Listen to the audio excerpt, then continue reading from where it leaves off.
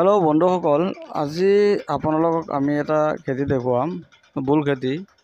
আৰু এই বুল খেতিটো আপোনাৰ পুখুৰী থাকিলে পুখুৰী পাৰত আপুনি যে লগাব পাৰে, সেই বিষয়ে আজি আলোচনা কৰিম। আৰু এই পুখুৰীৰ ওপৰত যদি আপুনি খেতিটো কৰে, বুল খেতি, কিমান টকা খৰচ আহিব সেই বিষয়ে আজি আলোচনা কৰিম। আচলতে বুল খেতি ক'লেতো এটা সহজ খেতি বুলি কওঁ, যে বুল খেতি কৰিলে বেছি খৰচ নহয়, কম খৰচৰ ভিতৰতে এই বুল খেতিটো হৈ যায়। আজি আপোনালোকক আমি এই খেতিটো দেখুৱাইছোঁ। মানে চাব পাৰে, এটা পুখুৰীৰ ওপৰত আছে এই খেতিটো। এই পুখুৰীৰ ওপৰতো আজিকালি খেতি কৰিব পৰা যায়। মানে তলত পুখুৰী আকৌ মাছো আপুনি পুহিব পাৰে, আৰু ইফালে ওপৰত খেতিটো হৈ যায়। চাওক, এই বুল খেতিটো কিমান ধুনীয়া হৈছে। আৰু এই বুল খেতিৰ পৰা বহুত টকা বিক্ৰী কৰিছে, এতিয়া লাষ্ট হৈ গ'ল। আৰু এই বুল খেতিৰ পৰা মানে গোটেইখিনি পুখুৰীত এনেকৈ আছে। মই অলপখিনি দৃশ্য দেখুৱালোঁ। যিহেতু এই খেতিটো বহুত ভাল হৈছে, আৰু ইয়াৰ পৰা এতিয়ালৈকে বিক্ৰী কৰিয়ে আছে। এই বুল খেতিৰ পৰা প্ৰায় 30,000 পৰা 40,000 টকাত বিক্ৰী কৰি দিছে বুল খেতিৰ পৰা। আৰু এই বুল খেতিটো কেনেকৈ কৰিব লাগে সেই বিষয়ে আজি আলোচনা কৰোঁ। এই বুল খেতি আপোনালোকে যদি কৰে, ইয়াত মানে বাঁহৰ চাং বনাব লাগে পুখুৰীৰ ওপৰত। বাঁহৰ চাং বনাই দিয়ে আগতে। তাৰপাছত আপোনালোকে কি কৰিব, এই পুখুৰীৰ যে পাৰ থাকিব, সেই পাৰত এই বুল গছটো লগাব লাগিব। বুল গছ লগোৱাৰ আগতে আপোনাৰ কেইটামান কাম কৰিব লাগিব। খালি লগাই দিলে যে বুল খেতিও হৈ যাব তেনেকুৱা নহয়, সেইটো অলপ কাম কৰিব লাগিব। আপোনাৰ ইয়াত প্ৰথমতে আপোনাৰ অলপ গাঁত খান্দিব লাগিব। প্ৰথমে এই গাঁত খান্দি এই গাঁতত আপোনালোকে পচন সাৰ দিব লাগিব। গাঁতত দিয়া পচন সাৰ আৰু মাটি একেলগতে মিহলাই আপোনাৰ কেইদিনমান থৈ দিব লাগিব। আপোনাৰ ধৰক 4-5 দিনমান থৈ দিয়াৰ পাছত আপুনি গুটিকণ লগাব লাগিব। আৰু গুটি লগালে আপুনি চাব, 10 পৰা 15 দিনৰ ভিতৰত গুটিকেইটা গজি উঠিব, আৰু লাহে লাহে ডাঙৰ হ'বলৈ আৰম্ভ হৈ যাব। আপুনি চাব, কেইদিনমান পাছতে আপুনি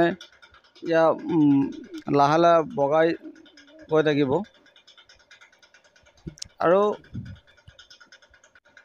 পুখুৰীৰ ওপৰত যদি আপুনি বুল খেতি কৰে, আপুনি দুটা কাম হয়। এটাতো আপুনি বুলটো আপুনি বিক্ৰী কৰিব পাৰিলে, আৰু এটা কাম হ'ব যে ইয়াত যে মানে পাত হ'ব, আপুনি বুল গছৰ যি পাত হয়, এই পাতবিলাক পানীত পৰি যদি পচিব, আৰু পচিলে এইটো মাছৰ খাদ্য হৈ যাব। আৰু এইটো মাছেও খাব, আৰু মাছে যেতিয়া খাব তেতিয়া মাছটো লাহে লাহে ডাঙৰ হৈ যাব। আপোনাৰ এটা কামত দুটা কাম হৈ যায়। সেইকাৰণে আপোনাৰ পুখুৰীৰ ওপৰত এনেকুৱা খেতি কৰিব লাগে। কিন্তু বুল খেতিৰ আপোনাৰ বহুত বুলৰ জাত আছে। আপুনি ইয়াৰ ভিতৰত আমাৰ থলুৱা জাতত আমি বেছিভাগ লগাওঁ, যিটো আমি জহা যিটো আছে। আমি জহাটোত বজাৰত কিন্তু প্ৰচুৰ পৰিমাণে চাহিদা আছে। তো আপোনালোকে যদি লগায় তেতিয়া জহাটো লগাব। জহাটো লগালে আপুনি জহাটো ফটককৈ বজাৰত নি বিক্ৰী কৰিব পাৰিব, আৰু কেইটামান পইচা বেছি পাব।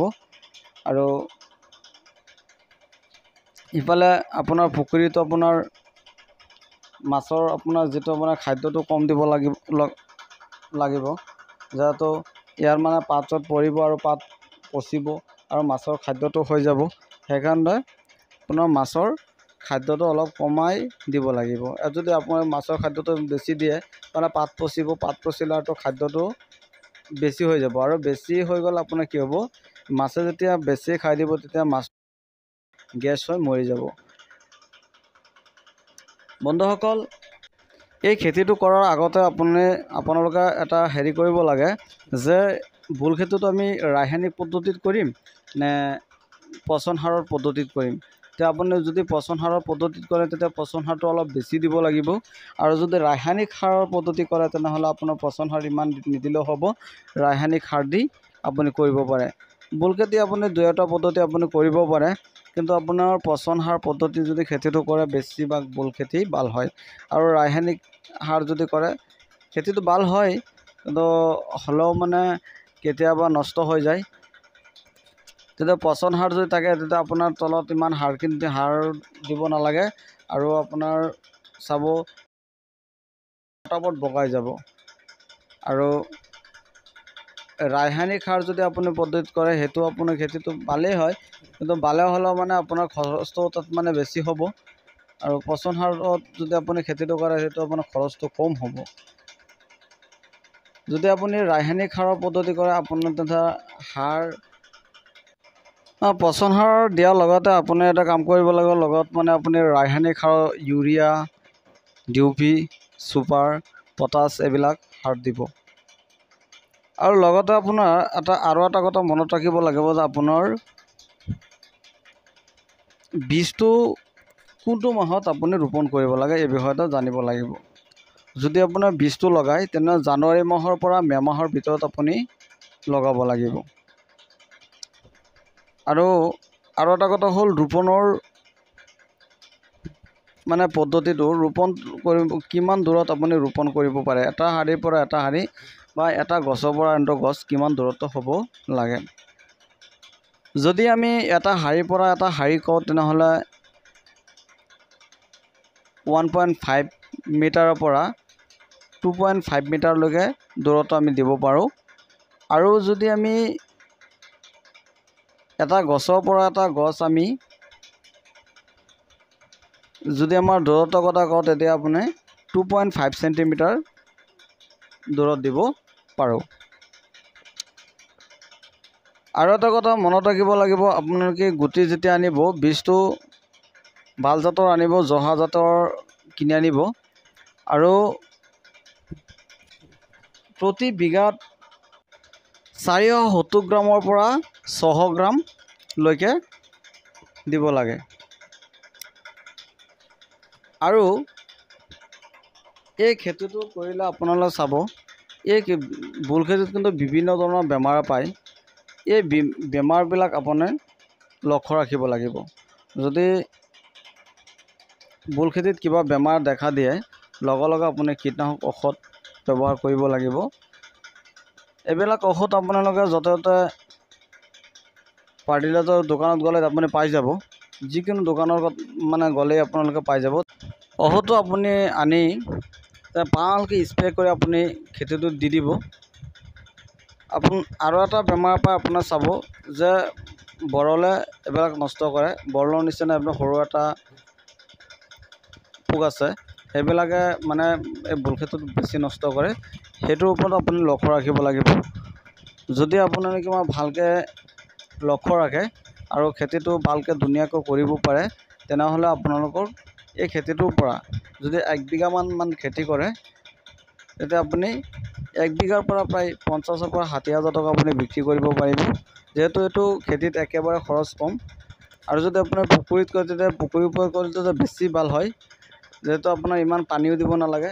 আৰু যদি খেতি কৰে বেলেগ খেতিত কৰে, পুখুৰীৰ ওপৰত নকৰি বেলেগ খেতিৰ ওপৰত কৰে তেনেহ'লে সেই খেতিটোত আপুনি কিন্তু 8 পৰা 10 দিন মূৰে মূৰে আপুনি পানী দি দিব লাগিব, যদি পানীৰ দৰকাৰ পৰে। আৰু যদি পানীৰ দৰকাৰ নপৰে তেনেহ'লে আপুনি দিব নালাগে, বেছি পানী খেতিত ৰাখিব নালাগে। যদি আকৌ বেছি যদি আপোনাৰ বাৰিষা কালত হৈ যায় তেতিয়া বেছি পানী যদি জমা হৈ যায় তেতিয়া পানী ওলোৱাৰ এটা ব্যৱস্থা কৰিব। আৰু যদি ভালকৈ পানী ওলাই যাব নোৱাৰে তেনেহ'লে কিন্তু খেতিটো নষ্ট হৈ যাব। বেছি দিন যদি এসপ্তাহৰ ওপৰত খেতিত পানী থাকিলে কিন্তু খেতিটো নষ্ট হৈ যায়। সেইকাৰণে বন্ধুসকল আপোনালোকে এনেকুৱা এটা খেতি কৰক, পুখুৰীৰ ওপৰত যদি আপোনালোকে খেতিটো কৰক তেতিয়া আপোনালোকৰ লাভটো বেছি হ'ব। এটা হ'ল আপুনি ভোলটো বিক্ৰী কৰিব পাৰিলে, আনটো আপুনি মাছৰ খাদ্য বনাব পাৰিলে, দুয়োটাই আপোনাৰ কামত লাগিব। এই খেতিটো আপোনাৰ কৰক। বন্ধুসকল ভিডিঅ'টো চাই যদি আপোনালোকৰ ভাল লাগে তেনেহ'লে আমাৰ ভিডিঅ'টো লাইক কৰি দিব আৰু লগতে শ্বেয়াৰ কৰি দিব।